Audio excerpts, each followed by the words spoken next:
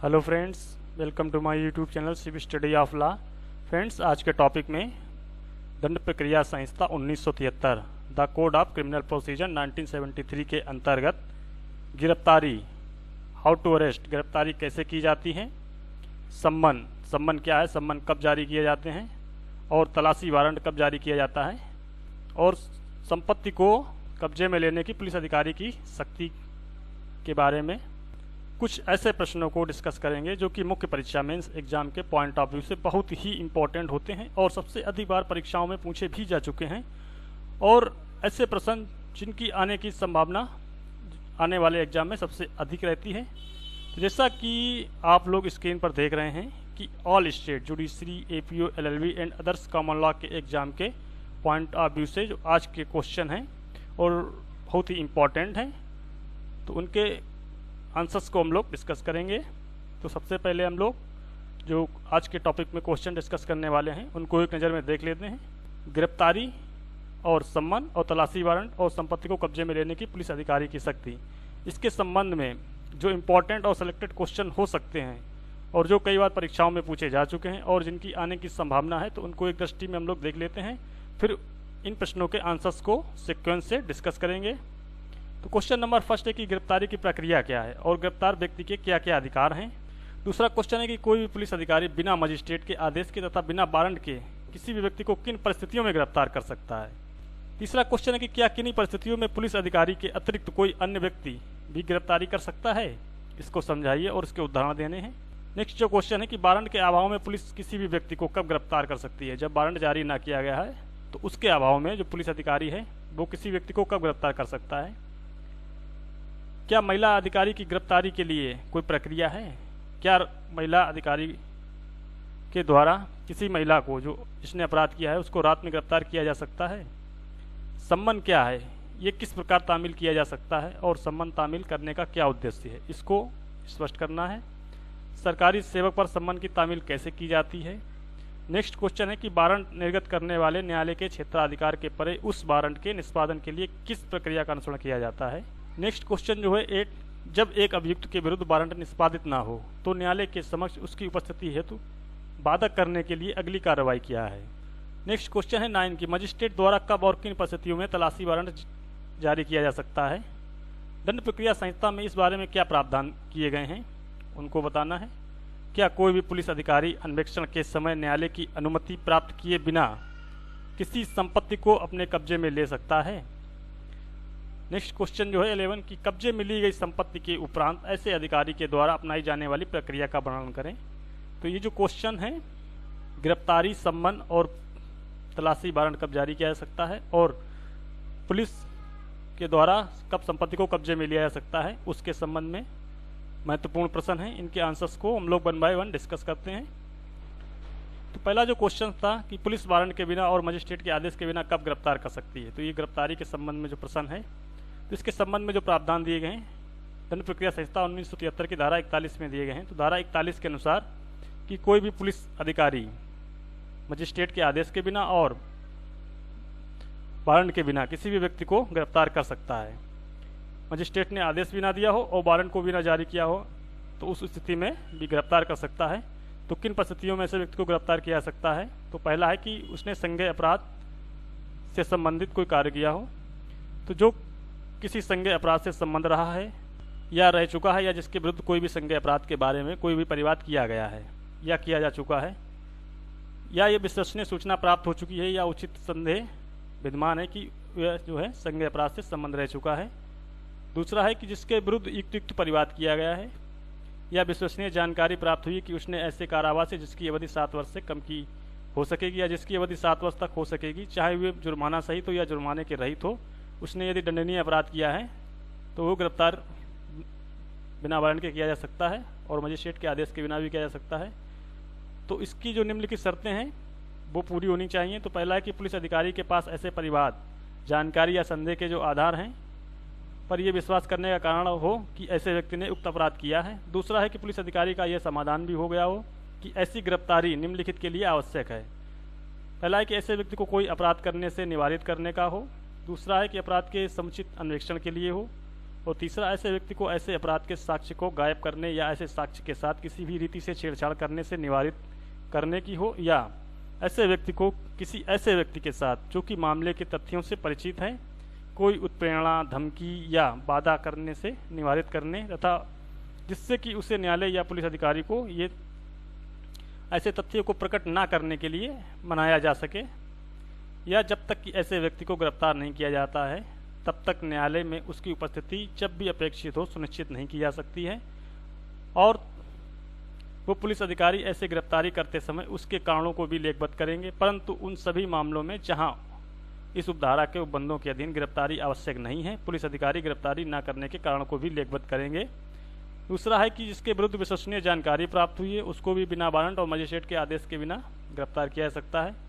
ऐसे कारावास है जिसकी अवधि 7 वर्ष से अधिक की ना हो सकेगी, चाहे ये जुर्माने सहित हो या जुर्माने के बिना, अथवा मृत्युदंडादेश से दंडनीय संज्ञेय अपराध किया है और पुलिस अधिकारी के पास उस जानकारी के आधार पर यह विश्वास करने का कारण है कि ऐसे व्यक्ति ने उक्त अपराध किया है, तो ऐसे व्यक्ति को मजिस्ट्रेट के आदेश के बिना और वारंट के बिना गिरफ्तार किया जा सकता है। तीसरा है कि उद्घोषित अपराधी हिस्ट्री शीटर जो हो उसको बिना वारंट और मजिस्ट्रेट के आदेश के बिना गिरफ्तार किया जा सकता है। तो हिस्ट्री शीटर जो है या तो दंड प्रक्रिया संहिता के अधीन या राज्य सरकार के आदेश द्वारा अपराधी घोषित किया जा चुका हो उसको हिस्ट्री शीटर कहते हैं। चौथा है कि चुराई हुई संपत्ति रखता है कोई व्यक्ति तो उसको भी वारंट के बिना और मजिस्ट्रेट के आदेश के बिना पुलिस गिरफ्तार कर सकती है। तो चुराई हुई संपत्ति रखना, जिसके कब्जे में कोई ऐसी संपत्ति पाई जाती है जिसके बारे में ये संदेह किया जा सकता है कि ये चुराई हुई संपत्ति है या किसी अपराध से संबंधित है, अथवा पुलिस के कार्य में बाधा डालना या अभिरक्षा से फरार हो जाना, तो ऐसे व्यक्ति को भी बिना वारंट और मजिस्ट्रेट के आदेश के बिना गिरफ्तार किया जा सकता है जो कि पुलिस के कार्य में बाधा डालता है या अभिरक्षा से फरार हो गया है। तो जिसने पुलिस अधिकारी को अपना कर्तव्य पूरा करने में व्यवधान उत्पन्न किया है या विधिपूर्ण अभिरक्षा से निकल भागा है या भागने का प्रयत्न किया है। छठा है कि किसी भी संघीय सशस्त्र बल का भगौड़ा है जिस पर संघीय सशस्त्र बलों में से किसी भी सशस्त्र बल का भगौड़ा होने का उचित संदेह है तो ऐसे व्यक्ति को बिना वारंट के और मजिस्ट्रेट के आदेश के बिना गिरफ्तार किया जा सकता है। सातवां है भारत से बाहर अपराध करना। जो भारत से बाहर कोई भी ऐसा कार्य करता है जो कि यदि भारत में किया गया होता तो दंडनीय अपराध होता और जिसके लिए वे प्रत्येक अर्पण संबंधी किसी विधि के अंतर्गत या अन्यथा भारत में पकड़े जाने का या अभिरक्षा से निरुद्ध किए जाने का भागी है तो संबंध रहे हैं, या जिसके खिलाफ इस बारे में उचित परिवाद किया गया है, विश्वसनीय सूचना प्राप्त हुई है या उचित संदेह विद्यमान है, तो ऐसे व्यक्ति को भी बिना वारंट और मजिस्ट्रेट के आदेश के बिना गिरफ्तार किया जा सकता है। आठवां है कि धारा 356 की उपधारा 5 का उल्लंघन करता है। जो कोई भगौड़ा दोष सिद्धि होते हुए धारा 356 उपधारा 5 के अधीन बनाए गए किसी भी नियम को भंग करता है तो ऐसे व्यक्ति को बिना वारंट और मजिस्ट्रेट के आदेश के बिना भी गिरफ्तार किया जा सकता है। नौवां है कि अन्य पुलिस अधिकारी द्वारा गिरफ्तारी की प्रार्थना। तो जिस व्यक्ति की गिरफ्तारी के लिए किसी भी अन्य पुलिस अधिकारी से लिखित या मौखिक प्रार्थना प्राप्त हुई है तो पुलिस वारंट के अभाव यानी वारंट के बिना और मजिस्ट्रेट के आदेश के बिना गिरफ्तार कर सकेगी। 10वां है संहिता की धारा 42 सही नाम और निवास बताने से इनकार करता है तो उसको भी पुलिस अधिकारी जो है बिना वारंट के और मजिस्ट्रेट के आदेश के बिना गिरफ्तार कर सकती है।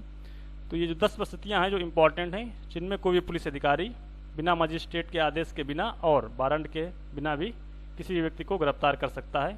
तो ये 10 परिस्थितियाँ हैं, इनकी आप हेडिंग्स भी लिख सकते हैं याद करने के लिए और इनके अंदर जो मैटर्स हैं उसको लिख देते हैं तो क्वेश्चन आपका पूर्णतः कंप्लीट हो जाता है। नेक्स्ट जो क्वेश्चन है कि गिरफ्तारी की प्रक्रिया क्या है, हाउ टू मेक अरेस्ट, गिरफ्तारी कैसे की जाएगी। प्रत्येक पुलिस अधिकारी गिरफ्तारी करते समय पहला है कि अपने नाम की सही प्रकट और स्पष्ट पहचान धारण करेगा जिससे कि उसकी आसानी से पहचान हो सके। दूसरा है कि गिरफ्तारी का एक ज्ञापन तैयार करेगा, कम से कम एक साक्षी के द्वारा अनुप्रमाणित किया जाएगा जो कि गिरफ्तार किए गए व्यक्ति के परिवार का सदस्य हो या उस परिक्षेत्र का सम्मानित व्यक्ति हो जहां गिरफ्तारी की गई है। गिरफ्तारी व्यक्ति के द्वारा प्रति हस्ताक्षरित होगा और जब तक कि उसके परिवार के किसी सदस्य के द्वारा ज्ञापन को अनुप्रमाणित न कर दिया गया हो, गिरफ्तार किए गए व्यक्ति को ये सूचना देगा कि उसे ये अधिकार है कि वे किसी भी नातेदार या मित्र को जिसका वे नाम दे उसकी गिरफ्तारी की सूचना दी जाए, जो धारा 41B में दिया गया है।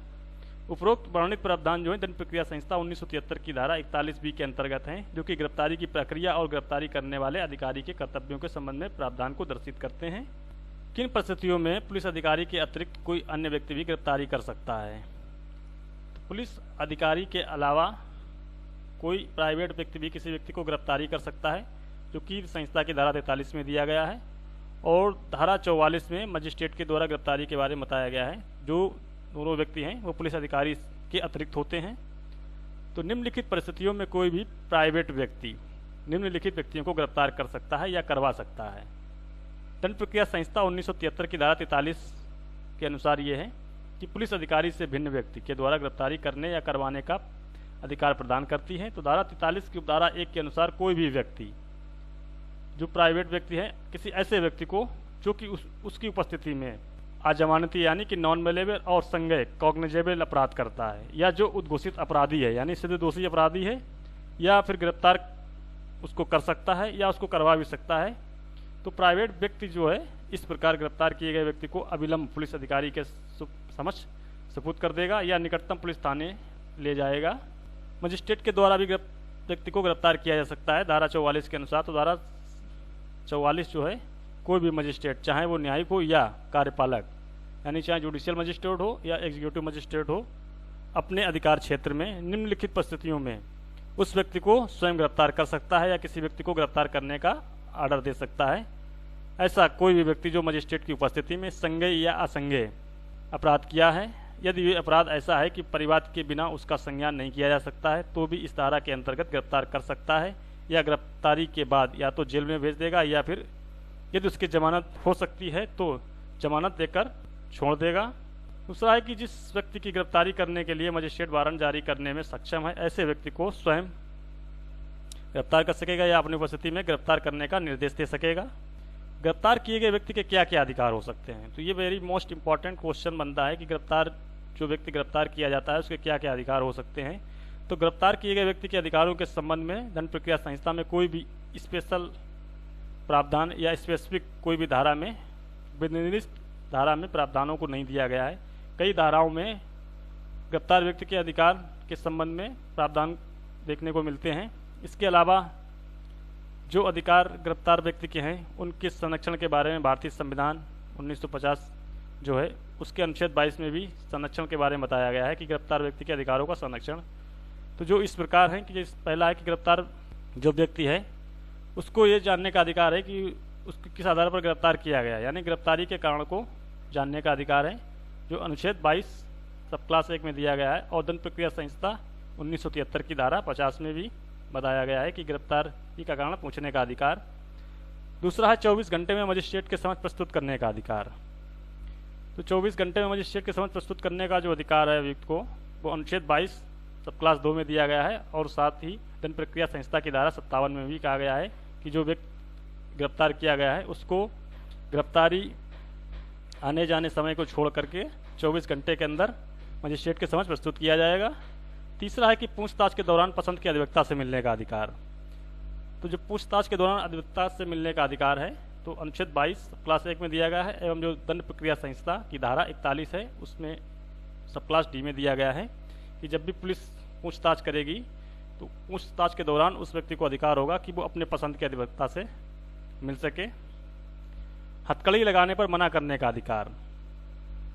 हथकड़ी लगाने पर मना करने का जो अधिकार है वो अनुच्छेद 21 के अंतर्गत गरिमा पूर्ण जीवन जीने के अधिकार का उल्लंघन के अंतर्गत जो है इन तो जो हथकड़ी लगाने पर मना करने का अधिकार जो है वो स्पेसिफिक अनुच्छेद में ना दे करके जो अनुच्छेद के अंतर्गत जीवन जीने के जो अधिकार हैं उसके उल्लंघन के अंतर्गत अंतर्निहित अधिकार है। तो अंतर्निहित अधिकार के आधार पर जो केस ला है वो सिटीजन फॉर डेमोक्रेसी बनाम असम राज्य यह 1995 सुप्रीम कोर्ट का केस ला है। इस मामले में माननीय सर्वोच्च न्यायालय ने ये निर्धारित किया था कि रोगी जो है वो सिद्ध दोष कैदियों को अस्पताल में हथकड़ी लगाना एवं उन्हें रस्सी से बांधना अमानवीय है और संविधान के अनुच्छेद 21 का उल्लंघन है। तो अनुच्छेद 21 जो है संविधान का जीवन जीने के अधिकार के अंतर्गत ये जो अंतर्निहित अधिकार है अनुच्छेद 21 के अंतर्गत कि हथकड़ी लगाने को मना किया जा सकता है। इसके अलावा एक केस ला है बहुत ही इम्पोर्टेंट है गिरफ्तारी के संबंध में, इसमें माननीय सर्वोच्च न्यायालय के द्वारा दिशा निर्देशों को जारी किया गया था। डी.के. बसु बनाम पश्चिम बंगाल राज्य 1997 सुप्रीम कोर्ट का केस ला है। इस मामले में माननीय सर्वोच्च न्यायालय ने गिरफ्तारी के संबंध में महत्वपूर्ण दिशा निर्देशों को जारी किया था। जो दिशा निर्देश जारी किए थे वो बहुत ही महत्वपूर्ण हैं। तो ये जो क्वेश्चन है कि गिरफ्तारी के संबंध में दिशा निर्देश और गिरफ्तार व्यक्तियों के अधिकार क्या क्या हैं, तो बहुत ही ज़्यादा पूछा जाता है, तो इसको आप अच्छे से तैयार कर लें। तो जो माननीय सर्वोच्च न्यायालय ने गिरफ्तारी के संबंध में जो दिशा निर्देश दिए हैं वो ये थे कि गिरफ्तार करने वाला जो पुलिस अधिकारी है वो अपना पद और नाम को बताएगा कि वो किस हैसियत से गिरफ्तारी कर रहा है, और गिरफ्तार करने वाले पुलिस अधिकारी जो है वो एक मेमो बनाएगा। मेमो पर गिरफ्तार करने वाले अधिकारी जो है वो 2 गवाहों के हस्ताक्षर करवाएंगे जो कि गिरफ्तार व्यक्ति के परिवार के सदस्य हों या फिर मोहल्ले के नामी ग्रामीण व्यक्ति हों उनके। चौथा था कि गिरफ्तारी के समय स्थान व अभिरक्षा के स्थान की सूचना जो है पुलिस द्वारा व्यक्ति के संबंधी या मित्र को दी जाएगी। गिरफ्तार व्यक्ति को पुलिस इस बारे में भी सूचित करेगी कि उसकी गिरफ्तारी की सूचना उसके रिश्तेदार या मित्रों को दे दी गई है। 5वां था कि गिरफ्तार व्यक्ति स्वयं भी अपनी गिरफ्तारी की सूचना अपने रिश्तेदार या मित्र को दे सकता है। और जो 6था था कि गिरफ्तार व्यक्ति के अनुरोध पर उसकी डॉक्टरी जांच कराई जाएगी। डॉक्टरी रिपोर्ट में छोटी बड़ी चोटों का भी उल्लेख किया जाएगा, और डॉक्टरी जो जांच है वो गिरफ्तारी के जो है 48 घंटे के अंदर उस करवाना अनिवार्य होगा। 7वां है पूछताछ के दौरान अपने पसंद के अधिवक्ता से भी मिलने का अधिकार होगा। नेक्स्ट जो क्वेश्चन बनता है कि क्या महिला अपराधी को रात में गिरफ्तार किया जा सकता है एवं महिला की गिरफ्तारी की क्या प्रक्रिया है। तो ये जो क्वेश्चन है बहुत ही इंपॉर्टेंट है। तो इस महिला की गिरफ्तारी के संबंध में जो प्रावधान दिए गए हैं धारा 46 के धारा 4 में दिए गए हैं कि किसी भी महिला को रात्रि में गिरफ्तार नहीं किया जाएगा। तो 46 की जो धारा 4 है उसको 2005 में संशोधित करके जोड़ा गया है। तो सबसे पहले हम लोग देखते हैं कि महिला की गिरफ्तारी के संबंध में क्या प्रक्रिया है।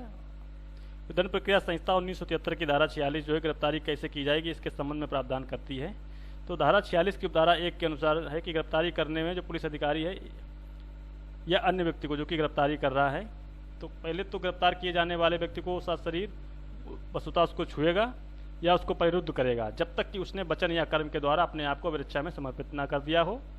परंतु जहाँ कहीं भी किसी स्त्री को गिरफ्तार किया जाना है तो वहाँ जब तक कि परिस्थितियों से इसके विपरीत उपदर्शित ना हो तो गिरफ्तारी को मौखिक रूप से या फिर सूचना पर अभिरक्षा में उसके समर्पण कर देने की अवधारणा की जाएगी कि वो मौखिक कहा जाए कि वो अपने को अभिरक्षा में समर्पित कर दे, ये अवधारणा की जाएगी। और जब तक कि परिस्थितियों से अन्यथा अपेक्षित ना हो तब तक पुलिस अधिकारी महिला ना हो तब तक कि पुलिस अधिकारी महिला को गिरफ्तार करने के लिए उसके शरीर को नहीं छुएंगे। यानी एक महिला को गिरफ्तार करने के लिए महिला पुलिस अधिकारी ही होनी चाहिए। कोई भी पुलिस अधिकारी जो पुरुष है वो महिला को गिरफ्तारी करने के लिए नहीं छुएगा। संहिता की धारा 46 की उपधारा 4 असाधारण परिस्थितियों के सिवाय कोई भी स्त्री जो है सूर्यास्त के पश्चात यानी सूर्य डूबने के बाद और सूर्योदय से पहले यानी सूर्य के निकलने से पहले गिरफ्तार नहीं की जाएगी। यानी सूर्य ढल जाने के बाद जब अस्त होता है और सूर्य के निकलने से पहले इसके बीच का जो समय है उस समय किसी भी महिला को गिरफ्तार नहीं किया जाएगा। यानी रात्रि में महिला की गिरफ्तारी नहीं की जाएगी। और जहाँ कहीं ऐसी असाधारण परिस्थितियाँ हैं जहाँ पर उसको गिरफ्तारी होना जरूरी है तो वहाँ पर स्त्री पुलिस अधिकारी एक महिला पुलिस अधिकारी होगी, वो लिखित में रिपोर्ट करके ऐसे प्रथम श्रेणी के न्यायिक मजिस्ट्रेट की पूर्व अनुज्ञा को भी प्राप्त करेगी। प्रथम श्रेणी मजिस्ट्रेट की अनुज्ञा प्राप्त करेगी जिसकी कि स्थानीय अधिकारिता के भीतर अपराध किया गया है। उस मजिस्ट्रेट की अनुज्ञा प्रदान करेगी जिसकी स्थानीय अधिकारिता के क्षेत्र में कोई भी अपराध किया गया है तो महिला अधिकारी के द्वारा उसकी गिरफ्तारी की जाएगी, अन्यथा नहीं की जाएगी। तो ये जो प्रावधान है वो संहिता की धारा 46 जो है उपधारा 4 को दंड विधि संशोधन अधिनियम 2005 में जोड़ा गया है, जिसमें कि रात्रि में किसी भी महिला की गिरफ्तारी के संबंध में प्रावधान दिए गए हैं कि पहली बात तो रात्रि में किसी भी महिला को गिरफ्तार नहीं किया जाएगा, परंतु कुछ परिस्थितियां ऐसी हैं जिसमें गिरफ्तारी किया जाना आवश्यक है। तो उसके संबंध में पहले कोई भी महिला पुलिस अधिकारी जो है ऐसे मजिस्ट्रेट जिसकी स्थानीय क्षेत्राधिकार में कोई भी अपराध हुआ है और प्रथम श्रेणी वर्ग मजिस्ट्रेट का है तो उसकी अनुज्ञा को प्राप्त करने के बाद ही उसकी गिरफ्तारी को की जा सकेगी। नेक्स्ट क्वेश्चन जो बनता है कि सम्मन क्या है, सम्मन का क्या अर्थ है। तो सम्मन का जो अर्थ है, सम्मन एक ऐसा आदेश होता है जिसके द्वारा किसी भी व्यक्ति को निश्चित तारीख एवं समय एवं स्थान पर हाजिर होने के लिए आदेश दिया जाता है, उसको सम्मन कहते हैं। परंतु दंड प्रक्रिया संहिता में सम्मन को कहीं भी परिभाषित नहीं किया गया है, सिर्फ सम्मन के प्रारूप और तामील की अनिवार्य शर्तों को बताया गया है कि सम्मन की तामील कैसे होगी और उसकी अनिवार्य शर्तें क्या होंगी, उसका प्रारूप क्या होगा, इन सब के बारे में बताया गया है। परंतु सम्मन को कहीं भी परिभाषित नहीं किया गया है संहिता में।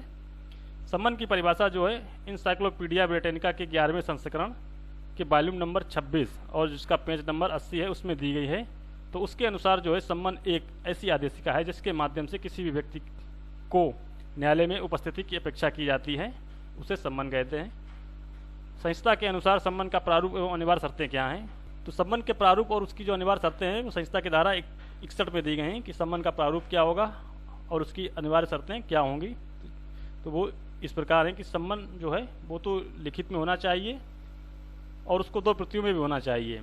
सम्मन निम्नलिखित में से किसी के द्वारा भी हस्ताक्षरित होना चाहिए। पहला है कि न्यायालय के पीठासीन अधिकारी के द्वारा या फिर जो हाईकोर्ट के द्वारा कोई भी व्यक्ति निर्दिष्ट किया गया है उसके द्वारा हस्ताक्षरित होना चाहिए। चौथा है कि सम्मन जारी करने वाले न्यायालय की मुद्रा यानी कि सील मोहर लगी होनी चाहिए। तो ये जो है सम्मन के इम्पॉर्टेंट एलिमेंट्स हैं और अनिवार्य शर्तें हैं कि ये जो फैक्ट अगर होंगे तो वो सम्मन कहा जाएगा। सम्मन की तामीली किसके द्वारा की जा सकेगी? तो सम्मन की जो तामीली है वो किसके द्वारा किस प्रकार की जा सकेगी? तो धारा 62 के अनुसार सम्मन पहला है कि पुलिस अधिकारी के द्वारा तामील कराया जा सकेगा या फिर राज्य सरकार के द्वारा बनाए गए नियमों के अधीन सम्मन जारी करने वाले न्यायालय के किसी भी अधिकारी के द्वारा जो कि सम्मन को तामील कराने के लिए अधिकृत किया गया है या किसी अन्य लोक सेवक के द्वारा तामील कराया जा सकेगा। सम्मन की जो तामील है वो व्यक्तिगत होगी। तो संहिता की धारा जो 62 है उपधारा 2 एवं उपधारा 3 के अनुसार जहाँ तक कि संभव है तो सम्मन की तामील उस व्यक्ति पर जिसके नाम ऐसा सम्मन जारी हुआ है व्यक्तिगत रूप से की जाएगी और उसे सम्मन की एक प्रति भी दी जाएगी। तो सम्मन की तामील व्यक्तिगत रूप का अर्थ ये है कि जिस व्यक्ति को जारी किया गया है उसका नाम होगा तो उसको उस व्यक्ति से पर्सनली की जाएगी और उसको एक सम्मन की जो प्रति है वो भी उसको दी जाएगी, तब उसकी जो तामीली की जाएगी। सम्मन तामील करने वाले अधिकारी के द्वारा अपेक्षा ये किए जाने पर कि वह व्यक्ति जिस पर इस प्रकार सम्मन तामील किया गया है दूसरी प्रति के पृष्ठ पर सम्मन प्रति का हस्ताक्षर भी करवाएगा। जो व्यक्ति ने सम्मन लिया है उसके हस्ताक्षर करवाएगा इस पर उन्होंने सम्मन को तामील कर लिया है। धारा 63 है निगमित निकायों और सोसाइटियों पर सम्मन की तामील के बारे में प्रावधान करती है। तो धारा 63 के अनुसार किसी भी निगम पर सम्मन की तामील जो है वो निगम के सचिव के द्वारा होगी या स्थानीय प्रबंधक के द्वारा या फिर प्रधान अधिकारी पर तामील करके की जा सकती है या भारत में निगम के जो मुख्य अधिकारी हैं उनके पते पर रजिस्टर्ड डाक से पत्र भेजकर की जा सकती है। इस प्रकार जो की गई सम्मन की तामील है वो तब समझी जाएगी जब पत्र पहुंच जाता है, इससे पहले नहीं सम्मन की तामील मानी जाएगी। धारा 64 कहती है कि जब सम्मन किए गए व्यक्ति ना मिल सके तब तामील। तो जहां सम्मन किए गए व्यक्ति सम्यक और उचित तत्परता यानी सतर्कता बरतने के बावजूद भी नहीं मिलते हैं तो वहां सम्मन की जो तामील है उस व्यक्ति के परिवार के किसी वयस्क पुरुष सदस्य के पास, यहाँ पर ये चीज़ बहुत इंपॉर्टेंट है, किसी वयस्क पुरुष के सदस्य के पास यानी जो वयस्क हो चुका है उस व्यक्ति के लिए छोड़कर की जा सकती है। तो जो उसके साथ रहता है इस प्रकार की तामील की स्थिति में से व्यक्ति को सम्मन की एक प्रति भी दी जाएगी और दूसरी प्रति पर हस्ताक्षर भी करवाया जाएगा। तो सदस्य के अंतर्गत नौकर को शामिल नहीं किया जाता है। यहाँ पर कहा गया है कि परंतु नौकर पर की गई सम्मन की तामीली को नहीं माना जाएगा क्योंकि नौकर जो है वो परिवार का सदस्य नहीं होता है, इसलिए नौकर पर सम्मन की तामीली को अवैध माना जाता है। धारा 65 कहती है कि जब पूर्व में उल्लिखित प्रकार से तामील ना की जा सके तब क्या प्रक्रिया होगी। यदि धारा जो 62 में प्रक्रिया दी गई, 63 में दी गई या 64 में दी गई है, इसमें जो प्रावधान दिए गए हैं उस रूप में तामील सम्यक तत्परता बरतने पर भी ना की जा सके तो तामील करने वाला अधिकारी है वो सम्मन की 2 प्रतियों में से एक को उस गृह या निवास स्थान जिसमें कि सम्मन किया गया व्यक्ति मामूली तौर पर निवास करता है या किसी सहज दृश्य भाग में जैसे कि दरवाजे हो गए, खिड़की हो गए आदि में लगाएगा और तब न्यायालय ऐसी जांच करने के पश्चात जैसा वह ठीक समझे या तो ये घोषित कर सकते हैं कि सम्मन की सम्यक तामील हो गई है या वे ऐसी रीति से नई तामील का आदेश भी दे सकते हैं जिससे वे उचित समझें। धारा 66 सरकारी सेवक पर सम्मन की तामील किस प्रकार की जाएगी। तो जहां सम्मन किए गया व्यक्ति सरकारी नौकरी करता है वहां सम्मन 2 प्रतियों में सम्मन जारी करने वाले न्यायालय के द्वारा उस कार्यालय के प्रधान को भेजा जाएगा जिसमें सम्मन किया गया है और वह व्यक्ति नौकरी करता है। उसके कार्यालय प्रधान को सम्मन को धारा 62 में उपबंधित प्रकार से सम्मन की तामीली कराएगा और उस धारा द्वारा अपेक्षित पृष्ठांकन सहित उस पर अपने हस्ताक्षर करके उसे न्यायालय को लौटा देंगे। दूसरा ऐसा हस्ताक्षर जो है सम्यक तामीली का साक्ष्य होगा। धारा 67 ये कहती है कि स्थानीय सीमाओं के बाहर सम्मन की तामीली। तो जहां सम्मन किसी ऐसे व्यक्ति के नाम जारी किया गया है जो सम्मन जारी करने वाले न्यायालय की अधिकारिता के बाहर निवास करता है, वहाँ सम्मन 2 प्रतियों में उस मजिस्ट्रेट को भेजा जाएगा जिसकी अधिकारिता में सम्मन किया गया व्यक्ति निवास करता है। वे मजिस्ट्रेट सम्मन को सम्यक रीति से तामील कराएगा। सम्मन की तामील कराने का उद्देश्य क्या है, किस उद्देश्य से सम्मन को तामील कराया जाता है? तो ये जो उद्देश्य है, नेचुरल जस्टिस प्राकृतिक न्याय का एक आवश्यक सिद्धांत है। जैसा कि न्यायालय को किसी भी प्रश्न का निर्णय बिना ऐसे पक्षकार को सुनवाई का अवसर दिए नहीं करना चाहिए जो निर्णय से प्रभावित या बाध्य होते हों, तो न्यायालय इसी उद्देश्य से ऐसे व्यक्तियों को सम्मन जारी करता है कि वे निश्चित तारीख व समय स्थान पर उपस्थित होकर अपना पक्ष प्रस्तुत करें। सम्मन बाद के पक्षकारों को, अभियुक्त को और ऐसे जो बात से संबंधित गवाह हैं उनको जारी किया जाता है। अतः ये कहा जा सकता है कि जो सम्मन तामीली का उद्देश्य है वो प्राकृतिक न्याय, नेचुरल जस्टिस के सिद्धांत पर आधारित है, जिसके संबंध में एक बहुत ही इंपॉर्टेंट मैगजीम है आइडी अल्टरिम पार्टम, यानी कि रूल ऑफ फेयर हियरिंग्स। दूसरे पक्ष को सुने जाने के पश्चात ही फेयर सुनवाई संभव पर आधारित है। तो आइडी अल्टरिम पार्टम का जो उद्देश्य है कि दूसरे पक्ष को सुने बिना कोई भी निर्णय देना न्यायिक नेचुरल जस्टिस के अगेंस्ट है। तो नेचुरल जस्टिस ये कहता है कि कोई भी जब निर्णय दिया जाए तो दूसरे पक्ष को सुनकर ही दिया जाए, उस पर आधारित है। तो सम्मन कराने का यही उद्देश्य है कि दूसरा पक्ष आकर के अपना पक्ष प्रस्तुत करे। जब अभियुक्त के विरुद्ध वारंट निष्पादित ना हो तो न्यायालय के समक्ष उसकी उपस्थिति हेतु अगली कार्रवाई क्या है। तो धारा 77 जो है कि वारंट कहाँ निष्पादित किया जा सकता है, गिरफ्तारी का वारंट भारत के किसी भी स्थान पर निष्पादित किया जा सकता है। तो धारा 78 अधिकारिता के बाहर निष्पादन के लिए भेजा गया वारंट, जब वारंट का निष्पादन उसे जारी करने वाले न्यायालय की स्थानीय अधिकारिता के बाहर किया जाना है, तब यह न्यायालय ऐसा वारंट अपनी अधिकारिता के अंदर किसी भी पुलिस अधिकारी को निर्दिष्ट करने के बजाय उसे डाक द्वारा या अन्यथा किसी भी कार्यपालक मजिस्ट्रेट या जिला पुलिस अधीक्षक या आयुक्त को भेज सकता है, जिसकी स्थानीय क्षेत्राधिकारी की सीमाओं के अंदर उसे निष्पादित किया जाना है। और वे कार्यपालक या जिला मजिस्ट्रेट या जिला अधीक्षक या पुलिस कमिश्नर आयुक्त उस पर अपना नाम अंकित करेगा और यदि साक्ष्य है तो उसका निष्पादन पूर्ण उपबंधित रीति से कराएगा। गिरफ्तारी वारंट जारी करने का जो मुख्य उद्देश्य है वो संबंधित व्यक्ति को गिरफ्तार कर न्यायालय के समक्ष पेश करना होता है। ऐसे वारंट का निष्पादन करने वाला व्यक्ति अथवा अधिकारी का यह कर्तव्य होता है कि उस वारंट का सम्यक तत्परता से निष्पादन का प्रयास करें, परंतु कभी कभी सम्यक तत्परता के उपरांत भी व्यक्ति को गिरफ्तार नहीं किया जा सकता है, क्योंकि ऐसा जो व्यक्ति वारंट के निष्पादन को असफल बनाने के लिए या तो फरार हो गया है या फिर अपने आप को गिरफ्तारी होने से छिपा रहा है। इन दोनों ही परिस्थितियों में न्यायालय इस आशय की उद्घोषणा प्रकाशित कर सकता है कि वे व्यक्ति जिसके विरुद्ध वारंट जारी किया गया है एक विनिर्दिष्ट स्पेसिफिक प्लेस में और विनिर्दिष्ट समय स्पेसिफिक टाइम पर उपस्थित हो। ये समय उद्घोषणा की प्रकाशन की तिथि से 30 दिन से कम नहीं होगा। तो उद्घोषणा का प्रकाशन इसका क्या आशय है, तो ऐसी उद्घोषणा उस नगर या ग्राम के जिनमें ऐसा व्यक्ति साधारण निवास करता है या सहज दृश्य भाग पर सार्वजनिक रूप से पढ़ी जाएगी।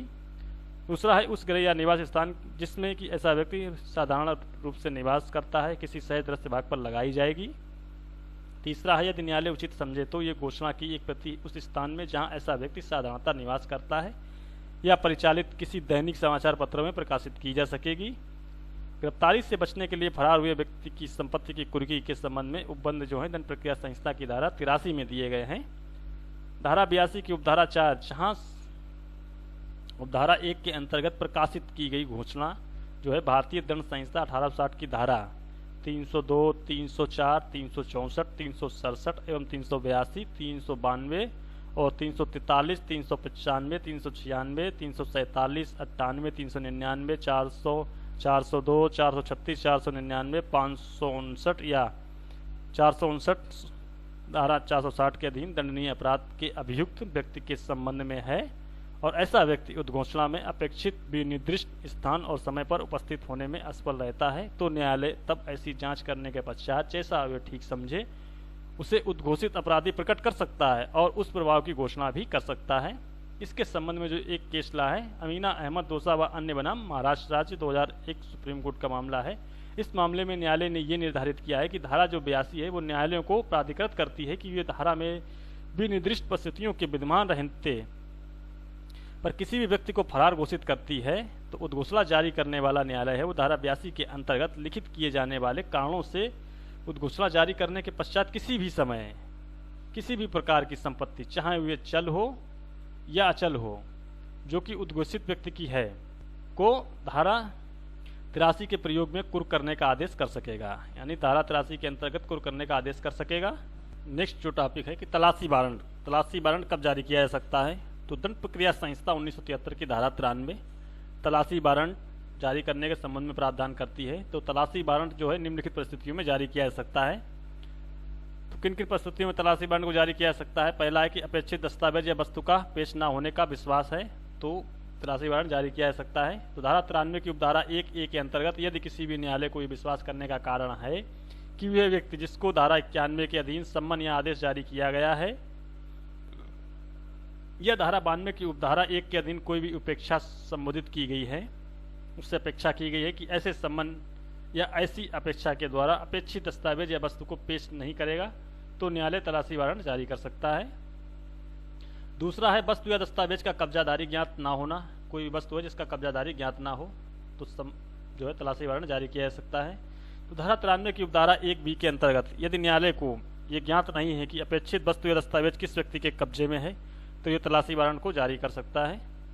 तीसरा है कि निरीक्षण या तलाशी द्वारा जांच, विचारणा या अन्य कार्रवाई के प्रयोजनों की पूर्ति के लिए धारा 93(1)C के अंतर्गत यदि न्यायालय ये उचित समझते हैं कि दंड प्रक्रिया संहिता के अधीन किसी भी तलाशी या निरीक्षण, जांच एवं विचारणा या अन्य कार्रवाई के प्रयोजन की पूर्ति तलाशी वारंट से होगी तो जारी भी कर सकते हैं।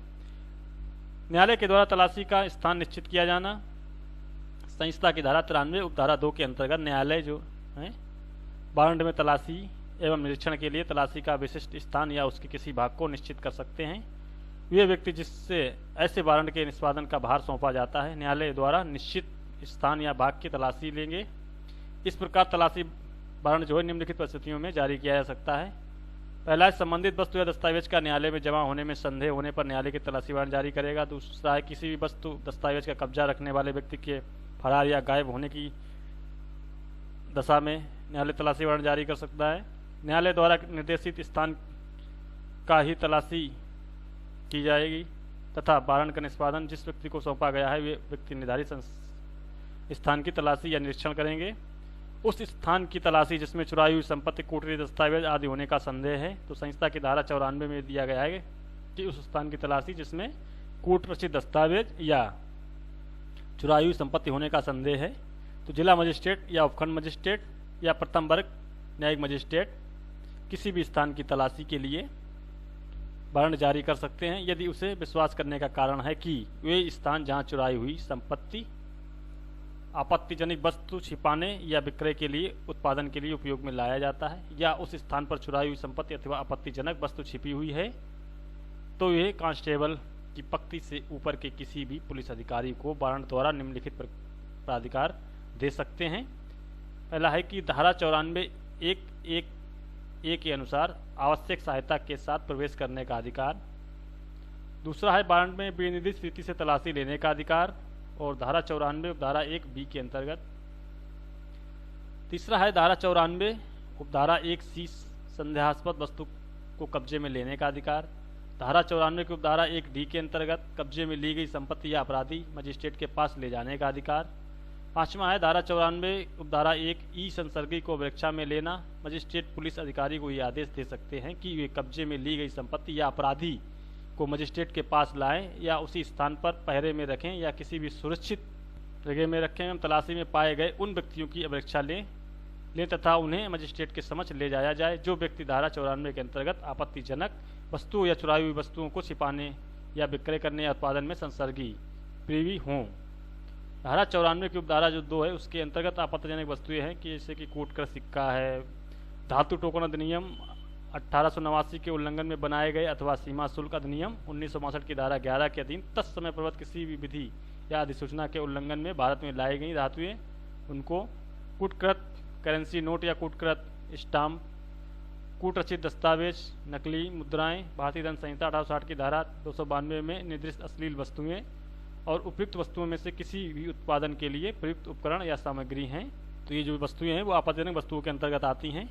धारा 95 कहती है कि कुछ प्रकाशनों के संपादन की घोषणा एवं तलाशी वारंट जारी करने की शक्ति। धारा 95 में तलाशी वारंट करने किया जा सकता है जहां राज्य सरकार को प्रतीत हो कि किसी समाचार पत्र या पुस्तक में अथवा किसी भी दस्तावेज में कोई ऐसी बात अंतर्विष्ट है जिसका प्रकाशन भारतीय दंड संहिता की धारा 124 ए एवं धारा 153 ए एवं धारा 153 बी या धारा 292 या धारा 293 या 295 के अधीन दंडनीय है, उसके अंतर्गत अपराध किया गया है। तो राज्य सरकार ऐसे अखबार के अंक की प्रत्येक प्रति का और ऐसी पुस्तक या दस्तावेज की प्रत्येक प्रति का संपाहन कर लिए जाने की घोषणा अधिसूचना द्वारा कर सकती है।